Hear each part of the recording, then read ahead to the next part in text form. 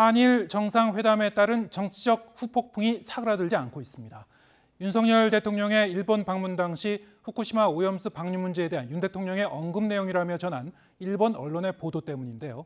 대통령실이 이 보도 내용을 부인하고 일본 후쿠시마산 수산물이 국내로 들어오는 일은 결코 없을 거라고 천명한 가운데 야당은 퍼주기 굴욕 외교를 사과하고 일본과 전면전을 선포하라며 공세의 수위를 높였습니다. 조은지 기자의 보도입니다.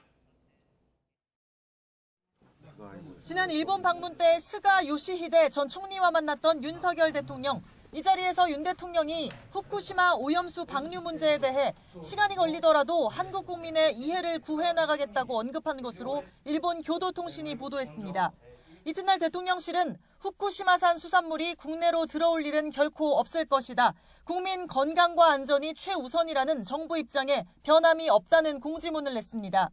당시 배석했던 국민의힘 정진석 의원도 윤 대통령은 시간이 걸리더라도 국제원자력기구 IAEA 주관하에 과학적, 객관적인 검증이 꼭 필요하다는 정답을 말했다고 SNS를 통해 반박했습니다.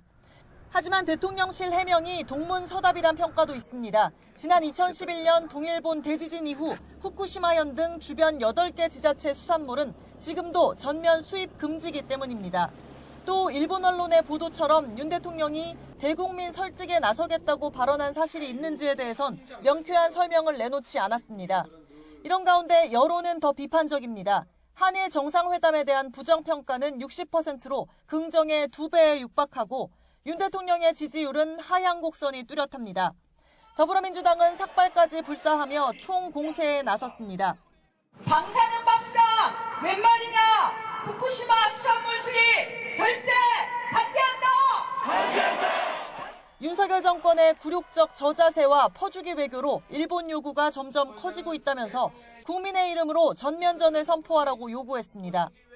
굴욕 외교의 진상을 낱낱이 국민에게 알리고 국민에게 그리고 역사에 사과하십시오. 1박 2일로 짧았던 일본 방문 이후 냉랭한 여론과 야당의 반발, 일본 측의 언론 플레이까지 겹치면서 윤 대통령이 밝힌 미래를 위한 결단은 점점 빛을 잃어가고 있습니다. YTN 조은지입니다.